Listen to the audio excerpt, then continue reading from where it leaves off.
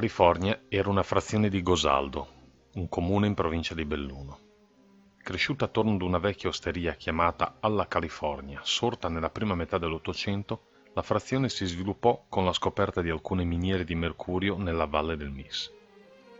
Il centro abitato crebbe sino a diventare negli anni '60 un moderno borgo con tutti i servizi. Il sogno si interruppe nella notte del 4 novembre del 1966, quando i torrenti Miss e Gosalda, già ingrossati dalle abbondanti piogge dei giorni precedenti, unendosi in corrispondenza dell'abitato, crearono una piena disastrosa, spazzando via tutto quello che incontravano.